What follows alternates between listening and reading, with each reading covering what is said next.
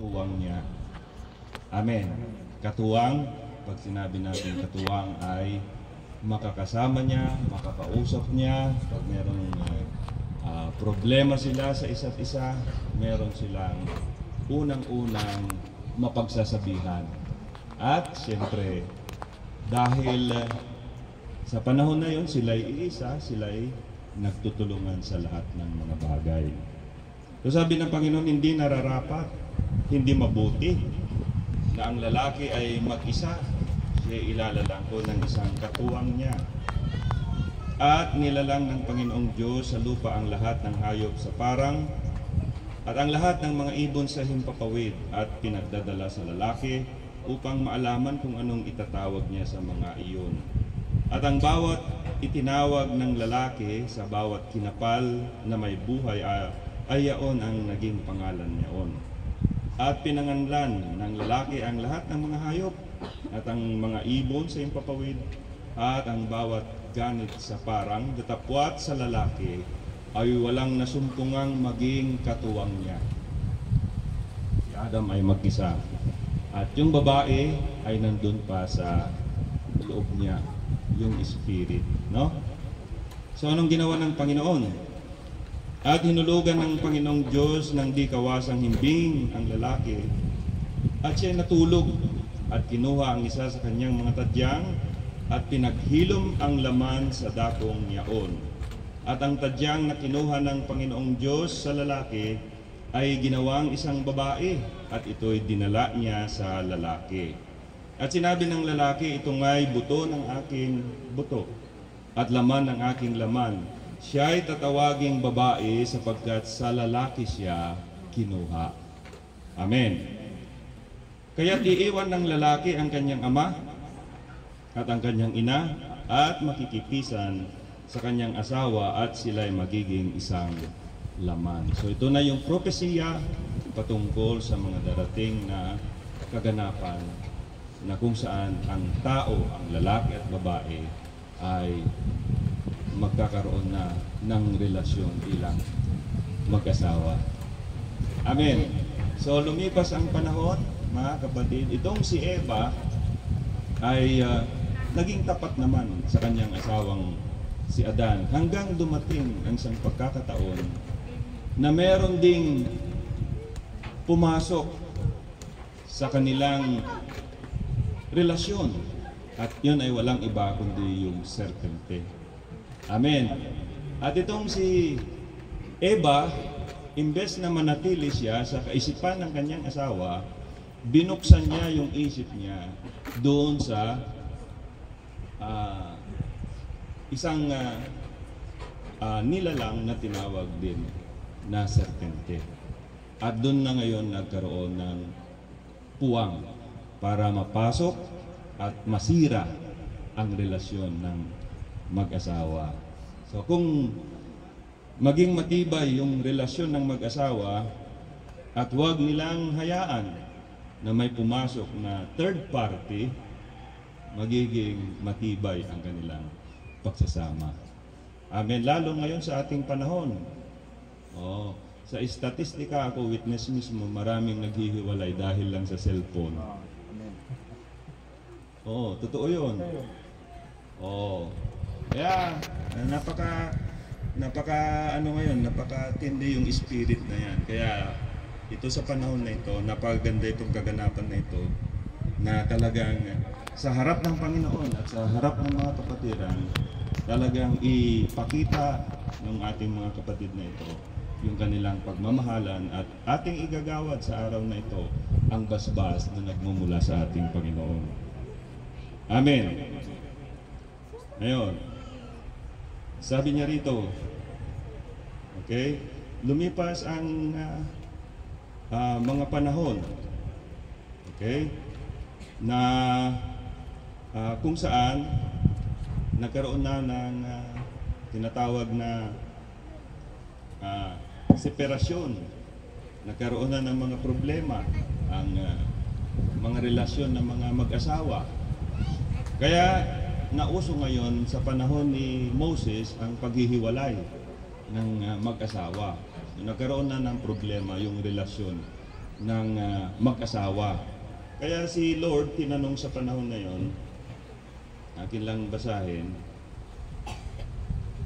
at nagsilapit sa kanya ang mga Pariseo sa time na ito ng Panginoon, 4,000 years after na mahulog yung unang mag-asawa. So sabi niya, at nagsilapit sa kanya ang mga Pariseo at siya ay tinanong, matuwid baga sa lalaki na ihiwalay ang kanyang asawa na siya ay tinutukso? At sumagot siya at sa kanila'y sinabi, ano ang iniutos sa inyo ni Moses? At sinabi niya, ipinahintulot ni Moses na ilagda ang kasulatan sa paghihiwalay at ihiwalay sila. Datapot sinabi sa kanila ni Jesus, dahil sa katigasan ng inyong puso ay inilagda niya ang utos na ito. Dahil sa sobrang tigas na ng puso ng mga tao, pinahintulutan ni Moses na magkaroon ng tinatawag na Bill of Divorcement. Alam niyo ba, sa buong mundo, isa tayo sa dalawang bansa na walang diborsyo. Vatican at Pilipinas. Dalawa na lang yan, Vatican at Pilipinas. Ang natatanging bansa na lang na walang diborsyo. Pero ngayon, nandyan na sa Kamara, nandyan na sa Senado at pipirmahan na rin nila yung Bill of Divorcement. Okay? Pero mas mainam na patunayan natin sa Panginoon. Kasi sinabi niya, dahil sa katigasan ng inyong puso ay inilagda niya ang utos na ito. Ngunit buhat ng pasimula ng paglalang, lalaki at babaeng ginawa niya sila. Dahil dito iiwan ng lalaki ang kanyang ama at ina at makikisama sa kanyang asawa. At ang dalawa ay magiging isang laman. Kaya hindi na sila dalawa, kundi iisang laman. Ang pinagsama nga ng Diyos ay huwag paghihiwalayin ng tao. So napakahalaga ito dahil nagkaroon ng inspirasyon ang ating mga kapatid na ito na gusto nilang humarap. Amen. Upang hingiin ang gabay, patnubay, at basbas ng ating Panginoon. At tayo lahat ay saksi. So mahalaga yung araw na ito, mga kapatid, hindi lang yung mga witness, yung mga ninong-ninang, kundi tayo lahat ay maging saksi sa special na kaganapan na ito sa ating mga kapatid. At kung noon ay pinandindigan nila, pinatunayan nila sa loob ng 15 years na tama yung kanilang desisyon, I do believe with all my heart, mas magiging matibay, mas magiging solid ang kanilang pagsasama dahil sa mata ng Diyos, sa mata ng tao, amen, sila talaga ay nagpatunay na sila ay iisa. Amen. Salamat sa Panginoon. At ito ay may kaugnayan sa pananampalataya o kapahayagan na binigay ng Diyos sa atin sa huling panahon. Kasi ang mag-asawa ay tipot larawan lamang ng ginagawa din naman ng ating Panginoon para sa atin. Isang scripture na lang bago tayo dadako sa seremonya sa Efeso 5. Amen. Sabi niya rito, basahin ko lang ito. Mga babae, pasakop kayo sa inyo-inyong sariling asawa na gaya ng sa Panginoon. Kung paano nagpapasakop tayo sa Panginoon, yung asawa nagpapasakop din sa kanyang asawang lalaki. Kailangan yung kaisipan ng lalaki, yun din yung kaisipan ng babae. Kasi kung gano'n ang mangyayari, mga kapatid, magiging matibay ang kanilang direksyon. Kasi kung magkasalungat parati ang isip ng lalaki at babae, mahirap. Kasi paano mo pagkakasunduin yung north at saka south? Di ba? Hindi po pwede, kaya kinakailangan talaga iisa yung direksyon. Kailangan north, south, south. Hindi po pwedeng north and south ang direksyon ng bawat isa. So sabi niya rito, amen. Sapagkat ang lalaki ay pangulo ng kanyang asawa, gaya naman ni Kristo na pangulo ng iglesia. So makita natin dito, pinaral ni Paul, amen, ang kalagayan natin bilang mananampalataya sa ating Panginoon, at ganoon din yung asawang babae sa kanyang asawang lalaki. Sabi niya, sapagkat ang lalaki ay pangulo ng kanyang asawa, gaya naman ni Kristo na pangulo ng iglesia, na siya rin ang tagapagligtas ng katawan. Datapwat kung paanong ang iglesia ay nasasakop ni Kristo, ay gayon din naman ang mga babae ay pasakop sa kanya-kanyang asawa sa lahat ng mga bagay. Mga lalaki, ibigin ninyo ang inyong asawa, iisa lang, gaya naman ni Kristo na umibig sa iglesia, na ibinigay ang kanyang sarili dahil sa kanya. So ganun ang nature ng asawang lalaki. Talagang gagawin niya ang lahat para lang dun sa kanyang asawang babae. Ibig sabihin, kung tatanungin siya, sinong pinaka maganda sa buong mundo? Siyempre, yung asawa niya. Mas maganda pa para sa kanya yung asawa niya kaysa kay Marian. Anong pangalan, no? Marian de la Riva ba yun? Siya, ganun din yung asawang babae. Walang ibang pinakagwapo sa ibabaw ng mundo, kundi yung kanyang asawang lalaki. Di ba mga kapatid? Walang sinabi si Dingdong. Ganon ang talagang pagpapatunay na walang iba, kundi parang talaga sa kanila, sila ang mahalaga, bawat isa.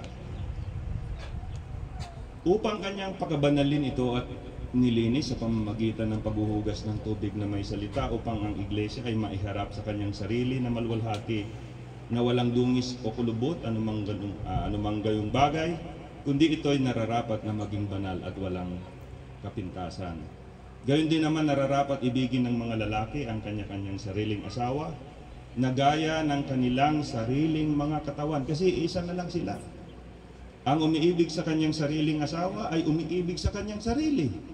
Bakit? Hindi na sila dalawa, sapagkat iisa na. Tama? Amen.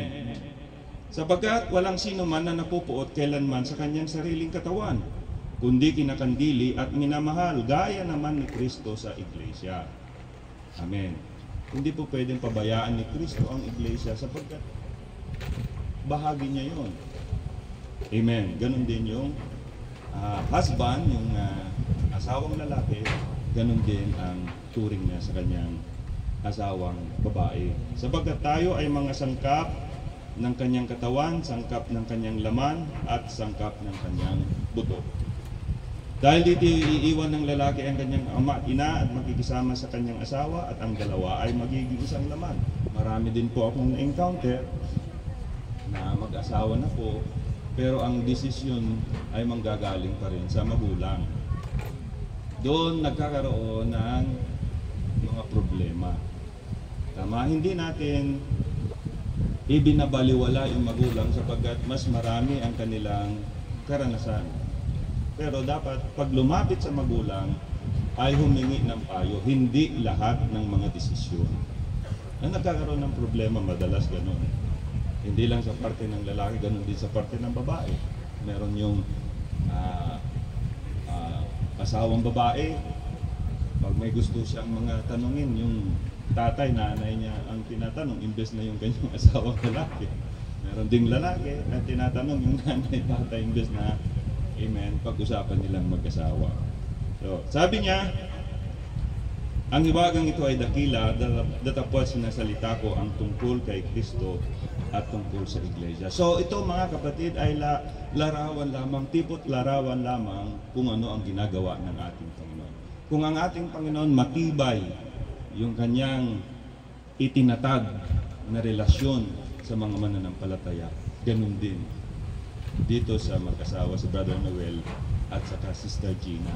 Na nakakatuwa na after 15 years sila ay nagdesisyon na talagang hingiin ang basbas sa Panginoon, at yung pagsasama nila ay maging legal sa harapan ng mga tao.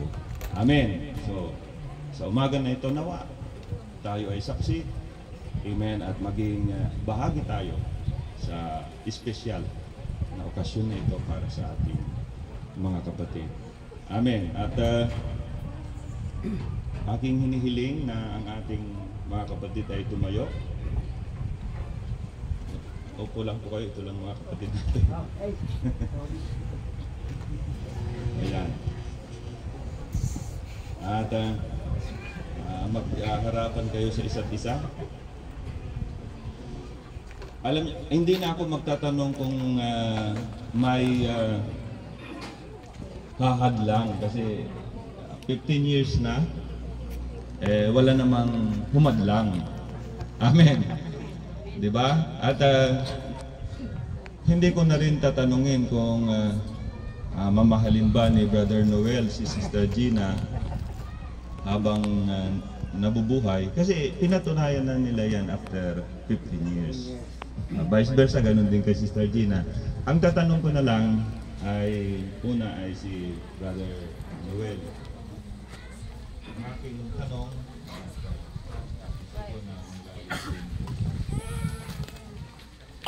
ngayon ay kayo ay magiging magkasama. Ang tanong ko, Commercial. maipagpapatuloy mo ba ang sinimulan mo na pagmamahal sa Kanya at hihigit pa kaysa sa una?